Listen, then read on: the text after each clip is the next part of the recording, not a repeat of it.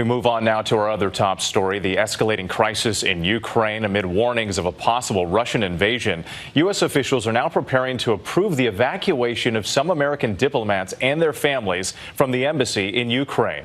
This as the U.S. is rushing more military aid to the country, the first shipment of a new $200 million package arriving, including ammunition. And Britain tonight revealing explosive intelligence about an alleged Russian plot.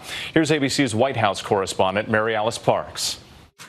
Tonight, sources from the administration confirming the U.S. State Department is preparing to approve the evacuation of some American diplomats and their families from the embassy in Ukraine as the security situation deteriorates and becomes increasingly unpredictable.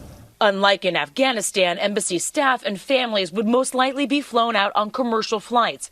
Other Americans have already been advised not to travel to Ukraine, and those in the country will be warned this week to depart. Overnight, the U.S. Embassy in Ukraine releasing these photos showing more than 90 tons of U.S. military aid arriving, including ammunition. The first shipment, a part of $200 million in assistance President Biden approved last month to help Ukraine's military. Our Patrick Reevell on the ground in Ukraine's capital. The U.S. is now rushing more military assistance to Ukraine, something that it used to be extremely cautious about doing. Besides its own deliveries, it's even allowing Lithuania to send American-made Stinger missiles here. This is exactly the type of assistance that the Kremlin is calling a red line.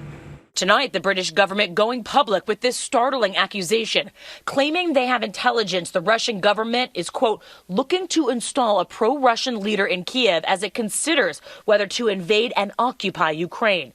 While they did not provide details, the British listed several names of former Ukrainian officials they claim are linked to Russian intelligence officers. The White House saying this kind of plotting is deeply concerning. After meetings in Geneva this week, both U.S. and Russian diplomats agreed to keep talking, which could be a good sign the temperature has lowered a bit.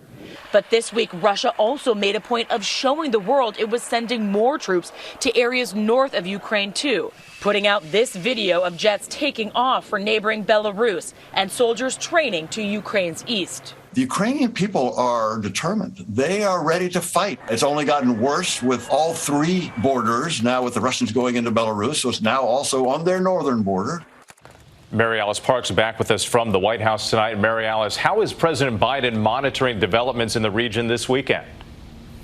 The president is not here. He's up at Camp David. The White House says he's meeting with members of his national security team, some with him in person there, others joining virtually. And the State Department said that Secretary Blinken this weekend is also continuing conversations with allies about the situation. Whit. All right, Mary Alice, with those major developments, thank you.